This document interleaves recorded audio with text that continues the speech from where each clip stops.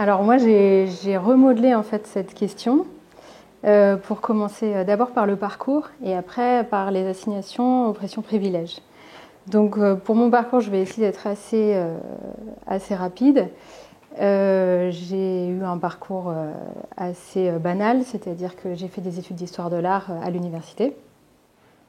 Je venais d'un lycée assez élitiste où on n'imaginait pas trop que les étudiants puissent rentrer à l'université en fait après le baccalauréat. Donc on m'a demandé de faire une classe préparatoire. Enfin, on imaginait qu'ils puissent rentrer à l'université s'ils faisaient de la médecine ou du droit, ce qui n'était pas mon cas. Donc je me suis inscrite en classe préparatoire. J'ai passé le concours de l'école du Louvre et j'ai échoué à l'école du Louvre. Et puis je me suis désinscrite des classes préparatoires la veille du jour limite, pour être sûre qu'on ne puisse pas m'ennuyer. Alors ça a fait le désespoir de tous mes enseignants. J'ai été une sorte de un peu de paria. Et en plus, j'ai expliqué que j'allais aller à Paris 1, qui était un peu la fac tout le temps en grève à l'époque. Donc c'était assez inimaginable, en tout cas dans ce milieu social-là. Et donc je suis arrivée en histoire de l'art à l'université. Et là, ça a été des années d'errance totale, puisque c'était la massification des universités, c'était très compliqué. Et moi, j'avais sans doute un privilège énorme qui était que j'étais assez soutenue par mes parents, qui, bien qu'ils ne comprennent pas mon choix de ne pas vouloir faire de prépa, m'ont laissé aller à l'université et m'ont encouragée. Et moi, je voyais en fait cet échec grandissant à l'université qui était quelque chose d'absolument terrifiant. Mais bon, j'ai fait mon DUG, et puis après le DUG, je ne savais pas quoi faire, donc j'ai fait une licence. Puis après la licence, je ne savais pas quoi faire, donc j'ai fait une maîtrise. Puis après la maîtrise, je ne savais pas quoi faire, donc j'ai fait un Master 2. Et puis après le Master 2, les enseignants nous ont mis en garde sur le doctorat. C'est-à-dire, ne faites pas de doctorat parce que c'est un pis-aller. Il faut que vous fassiez un doctorat parce que vous avez le désir réel de vous engager dans un travail aussi long. Mais en réalité, comme je ne savais pas quoi faire, j'ai fait un doctorat. Et donc, je me suis engagée dans ces études qui, effectivement, étaient très longues et très pénibles. Pénibles, qui étaient aussi beaucoup de joie, parce que ce serait bête de parler que de la pénibilité du doctorat. Et parallèlement à ça, je voulais parler du fait que ce parcours, il a été ponctué de rencontres, d'enseignants en fait, et d'enseignantes qui m'ont beaucoup marqué au cours de mes études. Et je voulais juste en citer quelques-uns. Alors c'est peut-être un peu de name dropping, mais c'est des personnes qui ont été importantes à ce moment pour moi. Comme j'ai dit que j'errais beaucoup à l'université, j'allais voir toutes sortes de cours. Donc je sortais de l'université, j'allais dans d'autres universités ou d'autres structures. Et souvent, j'allais juste à un cours pour voir si ça me tentait ou si ça me plaisait. Et c'est vrai qu'à ce moment-là, j'ai découvert des enseignants qui ont été très importants. Donc j'allais un peu aux Beaux-Arts de Paris pour suivre le séminaire de Didier Semin. J'allais aussi un peu à Normal Sup pour suivre le cours de Nadège Daniri-Dagen, qui était très, très intéressant, qui n'était pas du tout sur ma période de prédilection, mais qui était une grande ouverture d'esprit en fait, et de liberté de parole que je n'avais pas forcément à l'université. Et puis à l'université même, j'avais suivi les séminaires de Catherine Vermester et de Denis Rioux, qui ont été des personnes fondamentales en fait, dans ma construction, parce que c'était des cours extrêmement ouverts, où la parole des étudiants était très prise en compte, il y avait beaucoup d'échanges. Et je pense que Denis Rioux a été très marquant pour moi, parce que c'est un des premiers enseignants que j'ai entendu dire, mais comme Nadège Daniri-Dagen d'ailleurs, je me suis trompée, vous aviez raison, à l'adresse d'étudiants. Et ça, c'était quelque chose que je n'avais jamais entendu. Et c'est vrai qu'en termes de pédagogie, c'est vraiment des personnes qui ont été très, très marquantes pour moi. Parallèlement à ce parcours de faqueuse, quoi. Comme j'avais beaucoup de temps, j'ai fait beaucoup de stages et puis j'ai fait beaucoup de petits boulots alimentaires.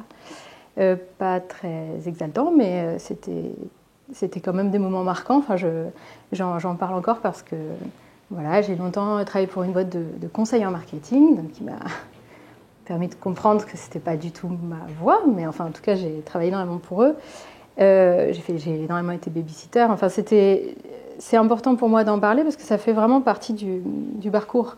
Je peux pas vraiment dire moi je suis une pure universitaire, j'étais juste dans la pensée.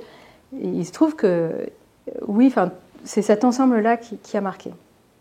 Et puis, très tôt, à 23 ans, j'ai eu une chance énorme qui a été de commencer à enseigner.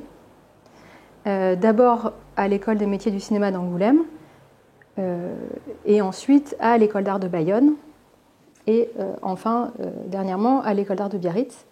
Et c'est vrai que là encore, il y a des personnes qui ont été très importantes pour moi, des grands pédagogues, Christian Arnaud à l'EMK et puis Dominique Berthomé à Bayonne, qui ont été des personnes qui m'ont fait confiance très jeune. À 23 ans, j'étais quand même très petite, je n'avais jamais enseigné, je débarquais et je me souviens qu'à Bayonne, à l'époque, on avait un cours de 8 heures d'affilée avec les mêmes étudiants. Donc on commençait à 9 heures, on finissait à 18 heures. Et il fallait tenir ce temps et il fallait performer ce temps et c'était une grande complexité, mais le directeur disait « moi j'ai confiance, vous vous débrouillez ». Et donc ça a été des leçons de vie assez marquantes. Et puis, ce que j'apprécie beaucoup chez ces deux personnes, donc Christian Arnaud et Dominique Berthomé, c'est qu'on n'avait pas du tout les mêmes points de vue et on s'écharpait, on peut s'écharper encore d'ailleurs, régulièrement sur beaucoup de sujets, notamment sur le féminisme. Mais comme c'est des personnes qui avaient une liberté de ton énorme, eh ben, on pouvait en fait continuer à discuter et ça c'était vraiment exceptionnel, je crois, comme entrée dans la vie professionnelle. Voilà. Alors je regarde si j'ai oublié quelques petites choses. Ah bah oui, quelque chose d'important. Parallèlement à l'enseignement, c'est là aussi que j'ai commencé à écrire sur des artistes vivants. Et puis au fur et à mesure, parce il fallait toujours être dans l'euphémisme pour dire j'écris sur l'art, j'ai fini par assumer le fait que j'étais critique d'art. Donc c'est un peu comme ça, mon parcours il est un peu en 3 temps. Donc il y a l'histoire de l'art, l'enseignement et la critique d'art qui sont un petit peu, pas forcément dans cette chronologie-là, mais globalement c'est ça. Donc ça c'était pour le parcours. Ensuite, alors sur la question de l'assignation, je dois avouer avoir beaucoup de chance dans ma vie professionnelle puisque j'ai rarement été assignée à mon genre. On m'a rarement rappelé de manière désagréable ces choses-là. En revanche, à chaque fois que ça m'arrive, ça reste quelque chose de très piquant, une petite piqûre douloureuse, parce que justement, j'ai toujours l'impression de vivre en oubliant qu'il y a des assignations de genre, en tout cas par rapport à ma propre expérience. Donc je suis pas un agneau de lait, c'est-à-dire je sais que ça existe, et je sais que beaucoup de personnes le subissent. Surtout quand ce sont des personnes qui sont elles-mêmes dans des situations où elles sont dominées, où elles sont face à des personnes de pouvoir.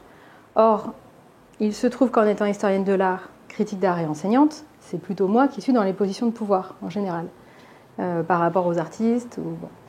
Et comme je ne suis pas une critique d'art prescriptrice, je ne suis pas forcément dans des situations de pouvoir importantes. Donc c'est vrai que c'est quelque chose qui m'arrive peu. Mais voilà, dès que ça m'arrive, ça reste quelque chose de très marquant. Et récemment, par exemple, ça m'est arrivé dans une galerie.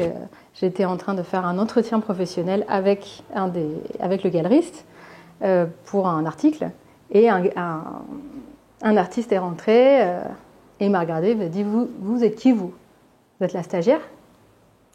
Et alors, évidemment, c'est compliqué parce que c'est une assignation de genre, mais pas que. C'est évidemment une assignation par rapport à mon âge, bien sûr, et c'était évidemment une assignation de classe, puisqu'il sous-entendait que je devais être à ma place, j'étais une jeune femme. Voilà. Et ce genre de choses est toujours très pénible et désagréable. C'est juste qu'il y a 5 ans, je pense que j'aurais juste rougi en ne sachant pas quoi dire. Et là, je lui ai juste demandé s'il avait bien vu mon enregistreur et qu'a priori, je n'étais pas la stagiaire et qu'il pouvait peut-être se poser des questions avant d'être désagréable. Donc voilà, il y a peut-être juste des moments où on peut être un peu plus, on peut prendre un peu plus sur soi par rapport à ce genre de choses, mais évidemment, en ce qui me concerne, je pense que j'ai eu beaucoup de chance par rapport à ces questions d'assignation. Après, à chaque fois qu'il y a ces petites piqûres-là, ce qui est très dur, c'est cette sensation qu'on nous dit toujours, mais ta place est ici, en fait. Tu pensais être à ta bonne place, mais en réalité, elle n'est pas tout à fait là, donc elle est un petit peu plus bas. Et c'est vrai que on nous demande quand même beaucoup. Alors, il ne faut pas râler trop fort, faut être un peu douce. Il faudrait Alors, il y a le spectre de l'hystérie qui est toujours très, très fréquent. Et puis alors inversement, c'est-à-dire que si on critique une artiste femme, alors on a le droit « Ah, mais je croyais que tu étais féministe ». C'est-à-dire que alors ça c'est très rabaissant, puisque cette assignation-là consiste à penser que si on critique une femme, c'est nécessairement parce qu'il y a de la jalousie ou de la compétition par rapport à cette femme. Donc c'est imaginer qu'on n'a pas de libre arbitre sur un choix esthétique, par exemple, mais qu'on la critique parce qu'elle est une femme. Et nous, comme on est une femme, évidemment, on est très jalouse de cette femme. Donc voilà, entre jalouses, alors évidemment, on jalouse. Voilà, je ne sais pas trop quoi dire de plus sur ces questions d'assignation, si ce n'est que ça incite à être très vigilant, mais j'en reparlerai tout à l'heure, la question de la vigilance. Mais en réalité, je pense que comme beaucoup de féministes, on n'a pas la force tous les jours. C'est-à-dire que la plupart du temps, on est vigilant, la plupart du temps, on commente, on mentionne, on essaye de pointer les moments pénibles où il y a justement assignation. Mais on ne peut pas le faire tout le temps. Enfin, les gens qui disent qu'ils le font tout le temps, ils sont épuisés en réalité, ou alors ils mentent. Mais enfin, voilà, moi, je ne peux pas mentir, je ne peux pas dire que je le fais tout le temps. J'essaye de le faire au maximum, et j'essaye de le faire y compris dans les situations où il y a du pouvoir. Et ça, c'est toujours difficile. Voilà. Juste un exemple, récemment, j'avais été invitée dans un colloque sur la critique d'art. Et dans le panel de critiques d'art invités, j'étais la seule femme et j'étais la seule personne de moins de 65 ans. Et bon, ça, c'est pas du tout un problème, puisque pour certains critiques d'art qui étaient des hommes de plus de 65 ans, c'était absolument aucun problème. Enfin voilà. D'ailleurs, je ne mets pas du tout le monde dans le même panier. Mais par contre, j'ai eu le droit à une personne qui m'a interrompue tout le temps pendant ma communication, ce que je trouvais... c'est même pas goujat, c'était juste impoli. C'est-à-dire, voilà.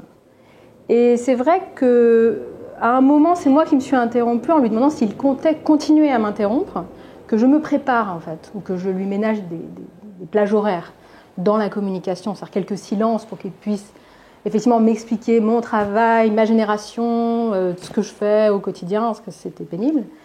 Alors évidemment, il était vexé. Alors, en plus, il fallait que je ménage sa susceptibilité. C'est-à-dire que moi, en gros, après, il m'a dit « mais vous êtes susceptible ». Ah oui, ah bah alors bon, ça c'était merveilleux. C'est-à-dire que c'était moi qui étais devenue susceptible, alors que lui, après, il a boudé quand je lui ai demandé s'il allait continuer à m'interrompre. Et puis comme ça me restait un peu quand même sur l'estomac, ce truc. Et on a eu un dîner le soir même, dans lequel j'ai rien osé dire.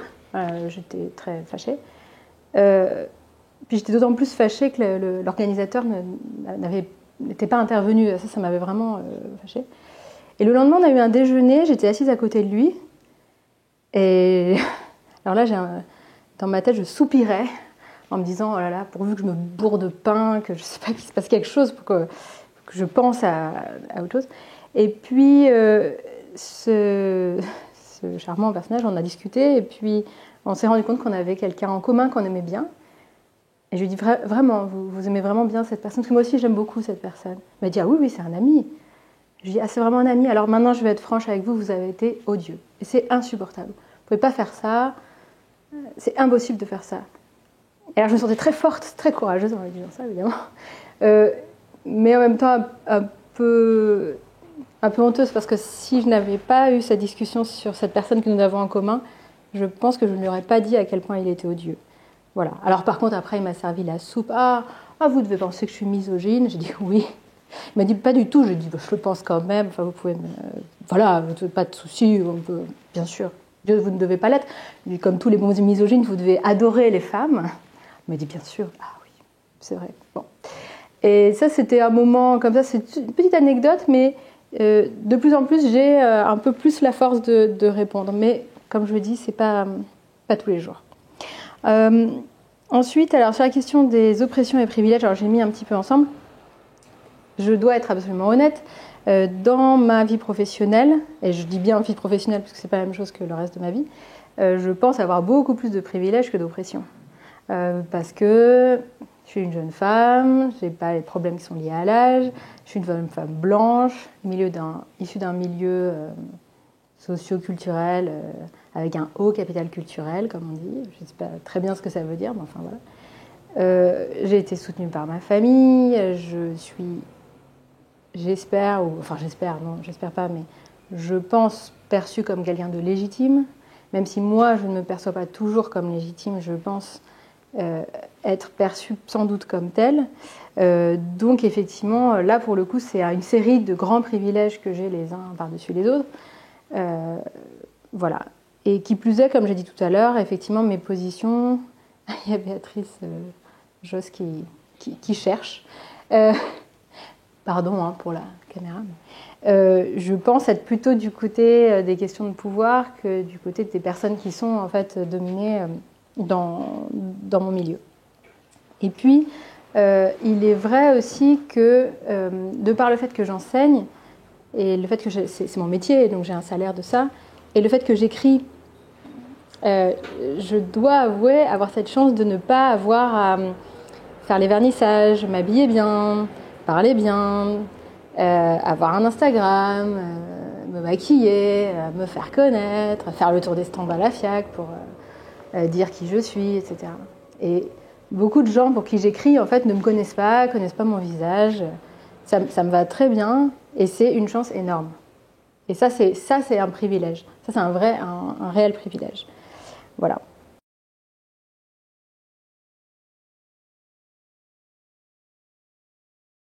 Alors ça, c'était une question, je pense que je vais essayer de répondre de manière très condensée. Et alors quand je l'ai vu, je me suis dit, oh là là, comment je vais répondre à ça?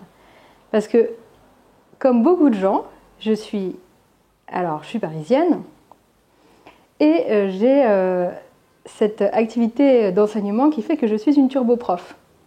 Donc je fais partie de tous ces gens qui veulent être très engagés localement, mais qui, une fois par semaine, en l'occurrence pour moi, ou une fois toutes les 2 semaines, on prend notre petit TGV, on se rend dans le lieu où on doit enseigner, puis après on repart chez nous.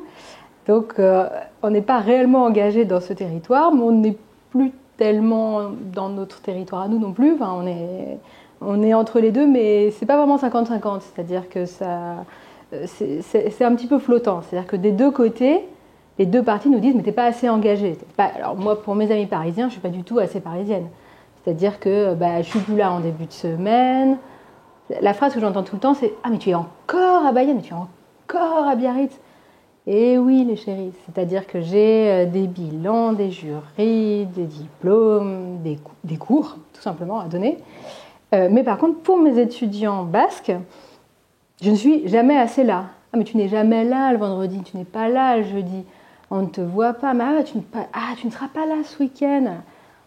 Alors, j'ai l'impression d'être à la fois entre les deux. Un micro-point qui a changé pour moi il y a quelques années, c'est que vraiment j'ai commencé à écrire quand on me demandait une bio, là, vie et travail entre Paris et Bayonne. C'est vrai que c'était plus Paris, mais c'est pas non plus Bayonne. C'est vraiment entre les deux. Donc voilà, c'est un peu la vie TGV.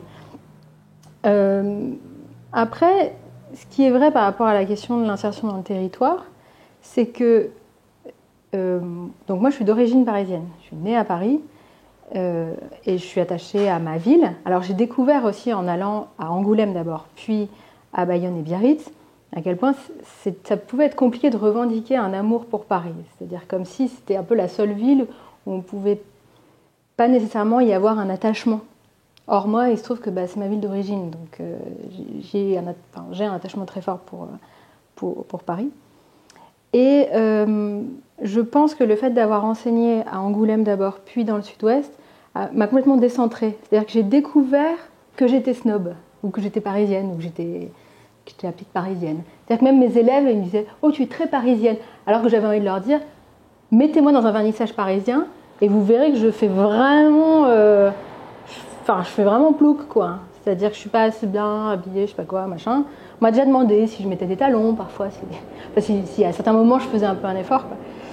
Donc non, ça non. Mais c'était drôle de voir que, en tout cas, au sud-ouest, j'étais encore trop parisienne. À Paris, on ne savait pas trop.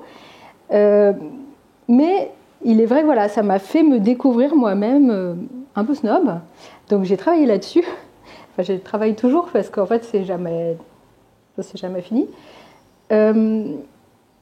Et Enfin, je sais pas, je suppose que c'est comme quand on se rend compte qu'on a eu des réflexes racistes ou transphobes ou toutes sortes de choses. On a un peu honte, mais normalement, après, on essaye de travailler dessus.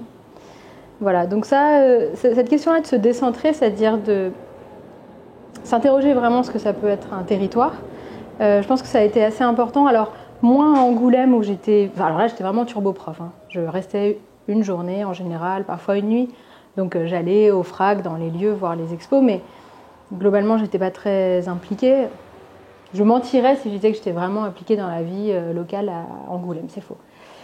Par contre, pour le coup, là, dans le sud-ouest, j'enseigne quand même depuis 9 ans. Donc maintenant, évidemment, je connais les structures, les lieux, les artistes. Donc pour moi, m'engager localement, c'était aussi beaucoup aller visiter les ateliers, connaître les gens dans les structures, être présente le plus possible pour les événements que je peux voir quand j'y suis, même si je sais que c'est loin d'être parfait. Mais en réalité, je vais être honnête, les personnes qui sont prioritaires quand je suis dans le sud-ouest, c'est toujours mes étudiants. Toujours. C'est pas aller voir une expo, c'est pas... Ça reste les étudiants. Je sais pas comment l'expliquer, mais ils sont absolument prioritaires sur tout le reste. Et ils sont prioritaires, par exemple, sur ma pratique de la critique d'art, quand je suis sur place. Voilà. Après, j'avais juste une petite chose à dire qui est très anecdotique, mais j'ai commencé à me sentir vivre entre Paris et Bayonne quand, à Bayonne, j'ai commencé à avoir mon bar préféré et connaître le prénom de ma caissière et puis aller chez le pharmacien et puis avoir un médecin sur place.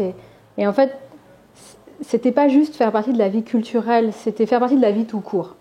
Parce que pendant un an et demi, j'allais là-bas, je prenais mon train, j'allais à la maison diocésaine, donc je connaissais la dame de la maison diocésaine, le monsieur de la pizzeria, dont je ne connaissais pas le nom, et c'était tout. Et là, maintenant, évidemment, il y a toute une vie sur place qui s'est mise en jeu. Voilà, je sais bien que c'est pas... Je ne sais pas si c'est vraiment la réponse que vous attendiez, mais voilà, c'est la mienne.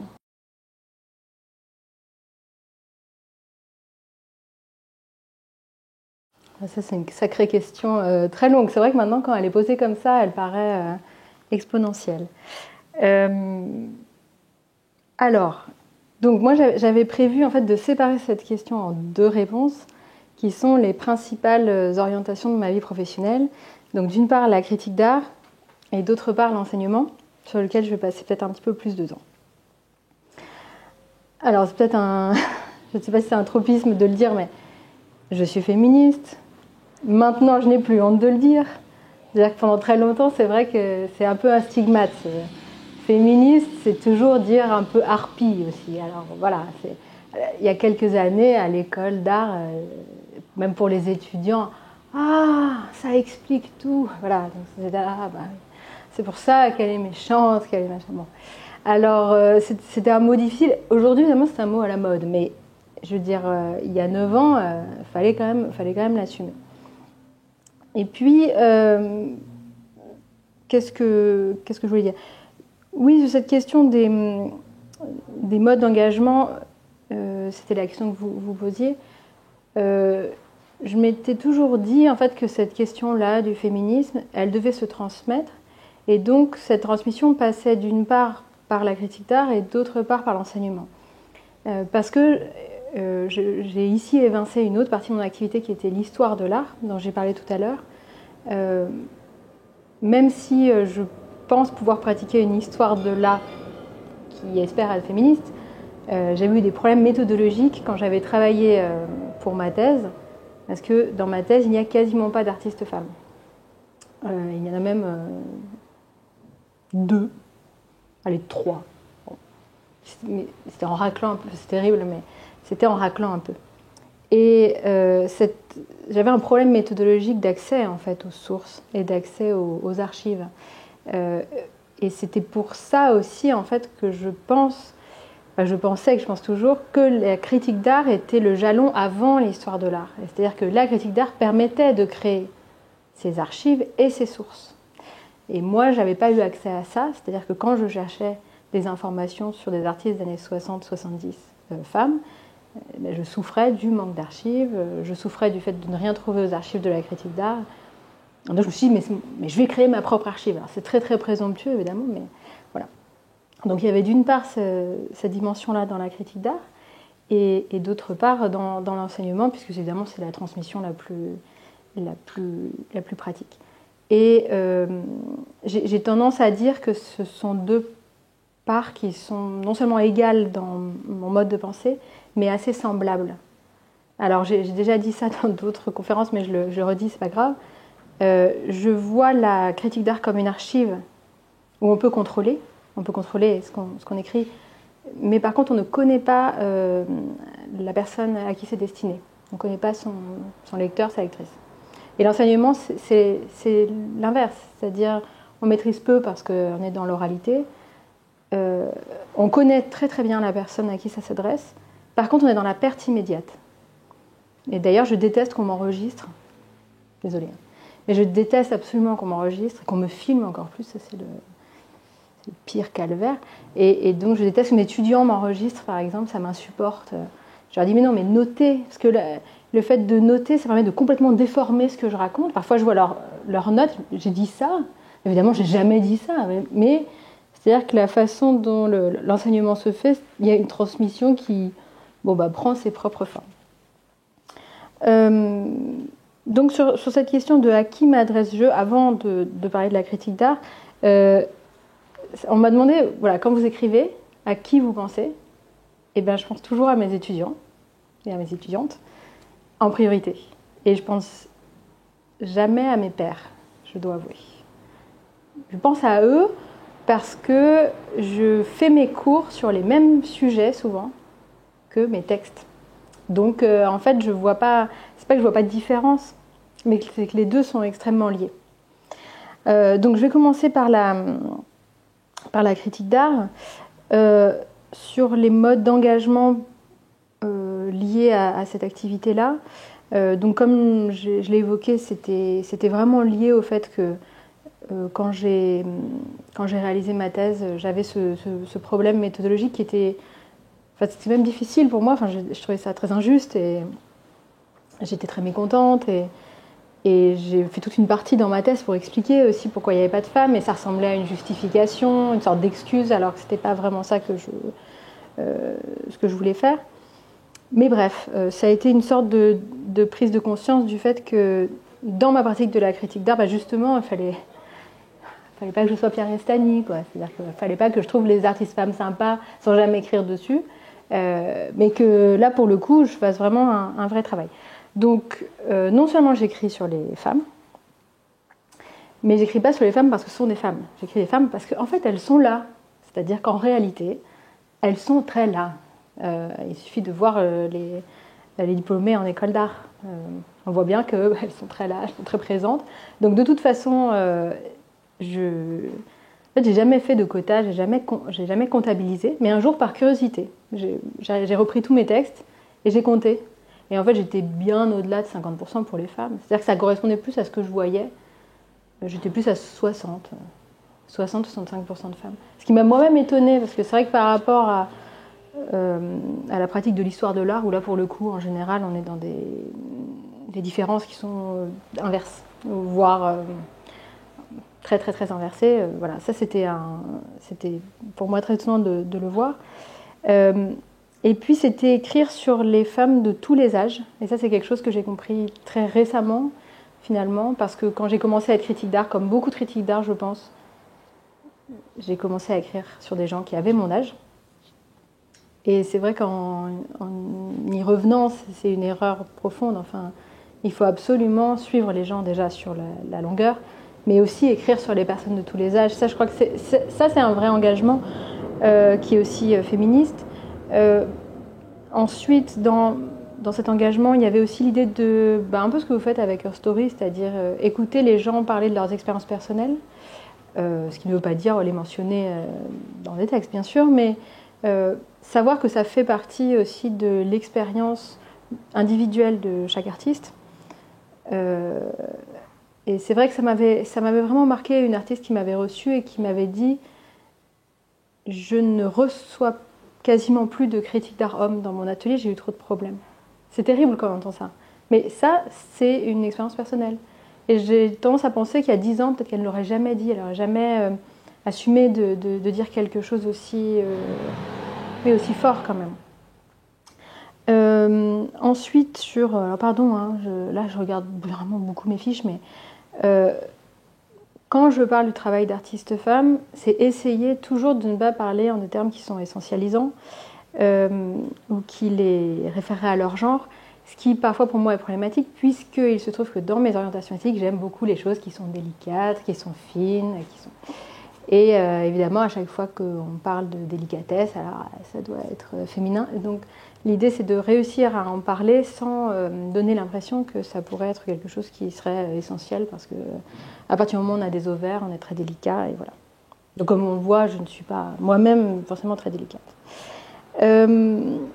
Ensuite, et là je pense que c'est important, mais ça dépasse la critique d'art, c'était sur la question de la vigilance dont j'ai parlé tout à l'heure. C'est-à-dire être toujours vigilant. Et ça, c'est une injustice quand on est féministe, parce qu'on n'a pas le choix d'être vigilant. Et on a toujours envie de se reposer, parce que, après tout, on est content d'être dans des environnements qui sont bienveillants. Mais en réalité, moi, j'essaye de ne jamais être dupe, de toujours re-questionner, même si on peut devenir un peu paranoïaque. Je vais vous dire un exemple, c'est-à-dire que j'ai côtoyé beaucoup de personnes et de tous les âges, de tous les genres, et je pense qu'il y a des personnes qui sont beaucoup plus des alliés féministes à 70 ans, qui sont des hommes et qui n'ont pas même la connaissance du mot intersectionnel, plutôt que des femmes de 25 ans qui par contre se targuent d'avoir lu tout Christine Delphi. C'est-à-dire que pour moi, lire, c'est une chose. Faire des expositions, c'est aussi une chose. Mettre un hashtag avec écrit care ou bienveillance, sorcière, belle hooks, c'est encore autre chose. Mais c'est plutôt les actes qu'il faut juger. Et ça, c'est une vraie vigilance. Donc ça, c'est quelque chose qui est très difficile, parce qu'effectivement, je vois bien qu'aujourd'hui, parce qu'on a accès à une littérature féministe traduite en français, parce qu'elle devient, elle aussi, alors c'est pas nécessairement à la mode, mais en tout cas dans une sorte de norme, et qu'en plus, ne plus le faire, ça devient dangereux, c'est-à-dire ne plus lire, dire non, moi, les sorcières, ça m'intéresse pas, ou j'ai pas du tout envie de lire Starhawk, ça va choquer tout le monde, donc tout le monde le fait. Mais la question, c'est pas de le faire. Vraiment, la question, c'est qu'est-ce qu'on en fait après. Moi, j'ai connu beaucoup de gens qui ont du mal à dire bonjour à une femme de ménage qui nettoie les chiottes. Mais par contre, alors, ça c'est sûr qu'ils ont lu tous les titres de la Fabrique Édition. Alors là, ils sont incollables, ils sont super collés, calés sur tout, le marxisme, etc. Oui, il faut absolument que le féminisme aille dans telle direction. Je préfère les gens qui font les choses, mais qui n'ont pas lu toute la Fabrique Édition, qui n'ont pas lu Starhawk, qui n'ont pas lu Christine Delphi, etc. Et je pense que d'ailleurs, ces théoriciennes seraient d'accord avec moi sur ces questions-là. Donc, ça, c'est une chose. Et puis, l'autre aussi qui concerne vraiment directement la pratique de la critique d'art, c'est essayer d'être cohérente un peu avec ce que je défends. C'est-à-dire, j'aime beaucoup et je suis très touchée par les esthétiques un peu modestes et pauvres. Et ça me paraît compliqué, en tout cas, dans les questions de cohérence, de promouvoir la modestie ou de promouvoir, je ne sais pas, quelqu'un comme Gazurovski ou des artistes comme ça un peu marginaux, et puis après aller me pavaner avec des hashtags sur modestie, quoi. Hashtag modestie, hashtag petite chose. Non, mais c'est impossible pour moi, je ne veux pas. Voilà. Après, alors là, on va passer dans des phases un peu intimes, mais moi j'ai une éducation assez protestante, et je pense que ma pratique de la critique d'art, elle a quelque chose d'un peu calviniste.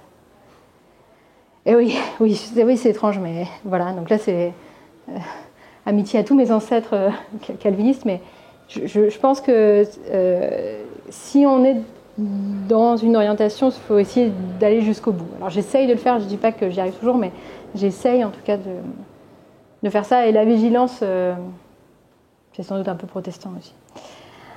Alors, ensuite et enfin, parce que là c'est la joie totale, c'était parler de la question de l'enseignement, parce que c'est quelque chose qui prend une partie très importante de ma vie professionnelle. Alors, sur mes fiches, j'ai cette sorte de déclaration d'amour à mes étudiants. Alors, ils seraient très étonnés, d'ailleurs ils m'ont tous dit qu'ils regarderaient, parce qu'ils connaissent Her Story, puisque je leur ai montré des vidéos d'Her Story l'année dernière. Donc là, je leur ai dit, je me pisse dessus, je vais bientôt participer à Her Story. Alors ils m'ont dit, ah, on regardera. Alors, c'est encore pire, évidemment. Donc ils savent que je dis des gros mots, que je ne fais pas les négations, que je parle trop vite, que gna gna gna. Et en plus, comme je les ai engueulés il y a 2 jours, je pense qu'ils seront très étonnés de dire que je les adore, que je les aime, profondément, etc. Que j'ai très confiance en eux, que l'enseignement c'est quelque chose qui m'émeut à chaque fois. J'ai des petites larmiches là, à chaque fois que je vais aller leur donner cours, c'est quand même pas peu. Mais cette pratique de l'enseignement là, maintenant j'ai depuis maintenant pile 10 ans, je vois qu'elle a aussi beaucoup évolué sur les questions féministes, qui est donc quelque chose qui me réjouit beaucoup. C'est-à-dire que je me souviens d'un cours il y a 8 ans. Alors à l'époque, je faisais un cours sur le féminisme. Et aujourd'hui, mon cours est féministe. C'est toute la différence de l'apport féministe. Et donc, mon cours sur le féminisme. Et alors, donc j'avais fait un peu, oui, bon, alors, enfin bon, il y a des féminismes, etc. Et alors là, évidemment, j'avais eu un étudiant qui avait dit, ah, bah machine, faut que tu fasses une mayonnaise, tu pourras pas ce mois-ci. Bon, aujourd'hui, c'est impossible, vous voyez. C'est-à-dire que c'est vrai que c'est bien que c'était il y a 8 ans. C'est génial que le temps passe. Parce que moi, il y a 8 ans, j'étais désespérée. Alors j'ai dit, non, mais Jeanne Favresse-Saada, bon, ils s'en foutaient. Pour eux, la fille qui a ses règles ne peut pas faire la mayonnaise, ils étaient tous morts de rire. Alors, et puis c'est dur hein, de dire, non, je vais m'accrocher, je vais continuer à leur parler de Judy Chicago, etc. Et aujourd'hui, je vois que c'est très différent. C'est-à-dire que maintenant, je parle de Judy Chicago et on me dit ah, c'est un tampon qu'elle enlève. Ah oui, bon, bah, heureusement, il y a des cups aujourd'hui à cause du glyphosate. Vous voyez, c'est toute la différence. C'est-à-dire qu'il y a 8 ans, je montrais Judy Chicago qui s'enlève un tampon et on me disait, mais c'est dégueulasse, tout le monde se cachait les yeux. Et aujourd'hui, tout le monde s'interroge pour savoir est-ce que la cup, c'est pas mieux quand même parce qu'elle est en produit bio, etc. Donc, il y a eu une évolution absolument magique comme ça en 8 ans. Donc ça, c'est l'évolution des étudiants et c'est merveilleux. Et je les trouve beaucoup plus à la page que moi je l'étais quand j'avais 19 ans. C'est-à-dire que l'autre jour, j'ai une étudiante qui m'a dit, en tant que lesbienne dans les cercles LGBTIQA+, on est très invisibilisé par les homosexuels hommes. Et tout le monde a compris dans la classe. Mais c'était incroyable. Parce qu'il y a 8 ans, parler... Alors déjà LGBT, bon, ouais, bon. Dire en tant que lesbienne, dire invisibiliser, enfin, ça paraissait être un monde, enfin un vrai monde, quoi. Et là, ça paraissait absolument fluide. Enfin bon, moi j'étais très émue quoi, quand elle a raconté ça. Enfin, émue. Enfin, c'est pas émouvant quand elle dit qu'elle est invisibilisée, mais en tout cas, la manière de s'exprimer, c'était quand même assez magique. Et puis même, voilà, récemment, là je partage encore une petite joie, et je sais pas, je partage une joie rapide, mais j'ai montré des extraits de films de Carole Roussopoulos à mes étudiantes, dans lesquels on entend l'hymne du MLF qui est chanté. Et plusieurs étudiantes, ah mais on le chante encore. Waouh. Ah là là. Alors mes larmes étaient très intérieures. Hein. À ce moment-là, j'ai fait ah oui. Oh. Mais j'étais quand même, j'avais un petit bond comme ça dans le cœur. Après, bon, ça c'est du côté des étudiants, mais de mon propre côté, évidemment, il y a eu des évolutions. Enfin, je pense que si je m'écoutais faire mes cours sur le féminisme il y a 8-9 ans, je pourrirais de honte sur place, mais bon, c'est pas grave, on évolue. Et c'est vrai que je pense que les principales évolutions que j'ai eues à ce niveau-là, c'était d'essayer, alors surtout en école d'art, de ne pas être forcément agacée quand des étudiantes, pour le coup, réalisent des travaux que je trouve extraordinairement genrés. C'était quelque chose qui m'agaçait quand j'étais jeune prof. Et je ne comprenais pas pourquoi une énième étudiante faisait une vidéo d'elle dans la baignoire où elle fait semblant de se scarifier de ça. Ce qui est un tropisme d'école d'art.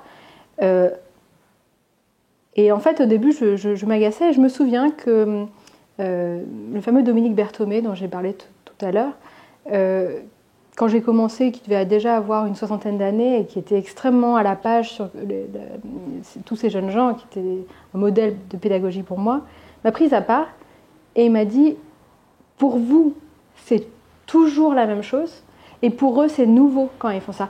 Donc, votre rôle en tant qu'enseignante, c'est de les accompagner, même quand ils font ça et même quand ça vous agace. » Et c'est un des meilleurs conseils qu'on m'ait donné, parce qu'effectivement, au lieu de m'agacer et de dire à l'étudiante « Non, mais va regarder Marina Abramovic et puis tu passeras à autre chose », là, je m'interrogeais plutôt sur « Mais pourquoi elle fait ça ?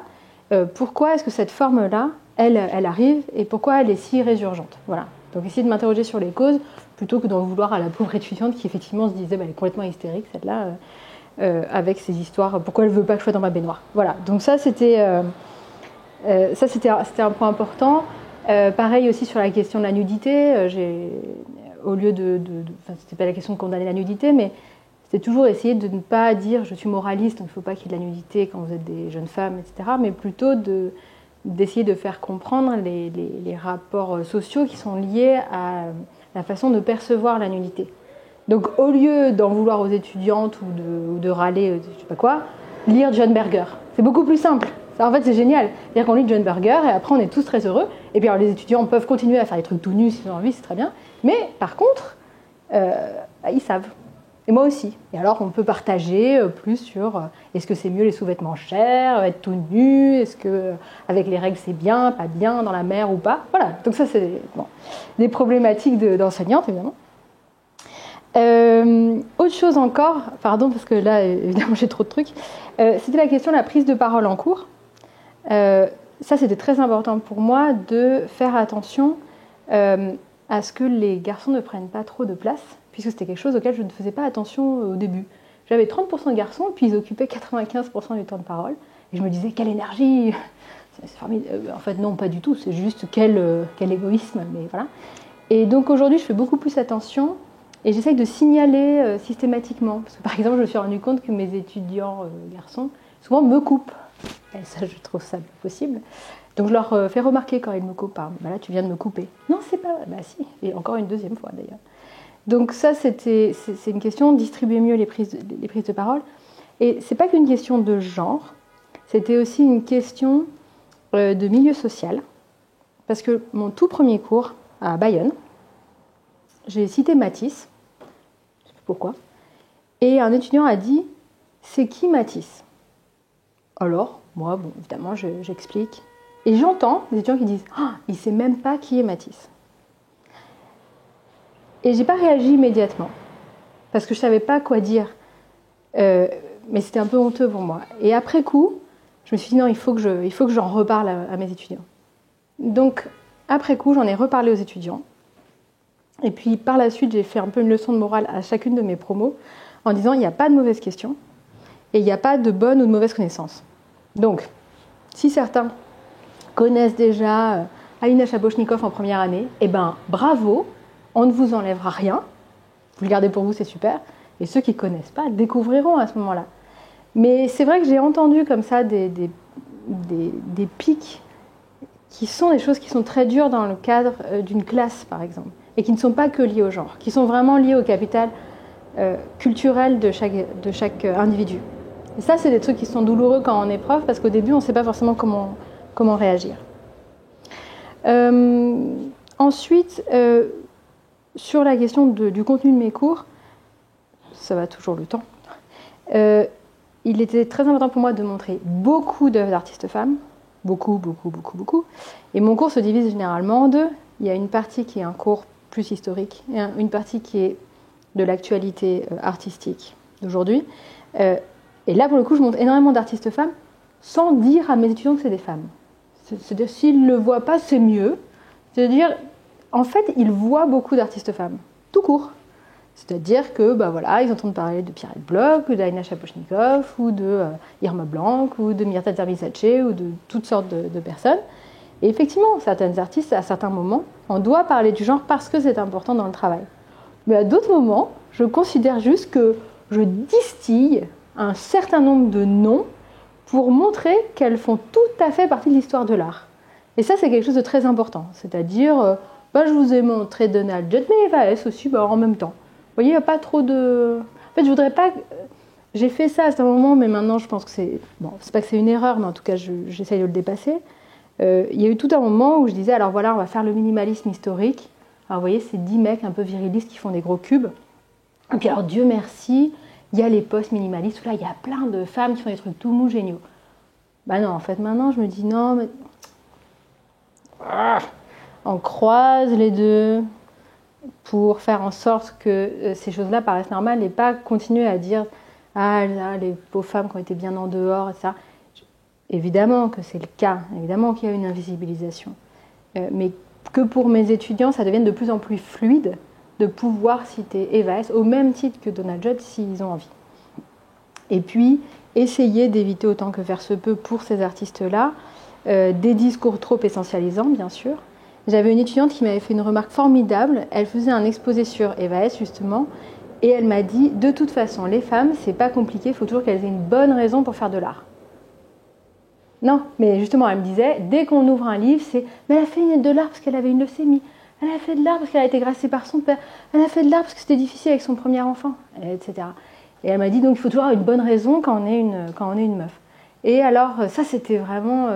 c'était dit d'une manière extrêmement juste et limpide. Et donc, effectivement, ne pas donner la bonne raison. Ça, c'était important. C'est-à-dire de ne pas forcément dire « Ah oui, mais vous savez, Auschwitz, les camps, ou la leucémie, ou je ne sais pas quoi. » Mais on peut en parler. C'est-à-dire que ça fait partie, évidemment, de la biographie, ça fait partie de l'œuvre de l'artiste, mais au même titre que les autres artistes. Ne pas en faire la bonne raison. Voilà. Et puis, d'autres choses encore. Il y a une phrase que je dis souvent à mes étudiants, même si elle est bizarre, mais bon, quand on connaît ma thèse de doctorat, on se dit que c'est pas bizarre. Je leur dis souvent, je suis un tube. Je veux tout leur transmettre. C'est-à-dire que ce que j'apprends, je leur retransmets. J'ai jamais fait de rétention.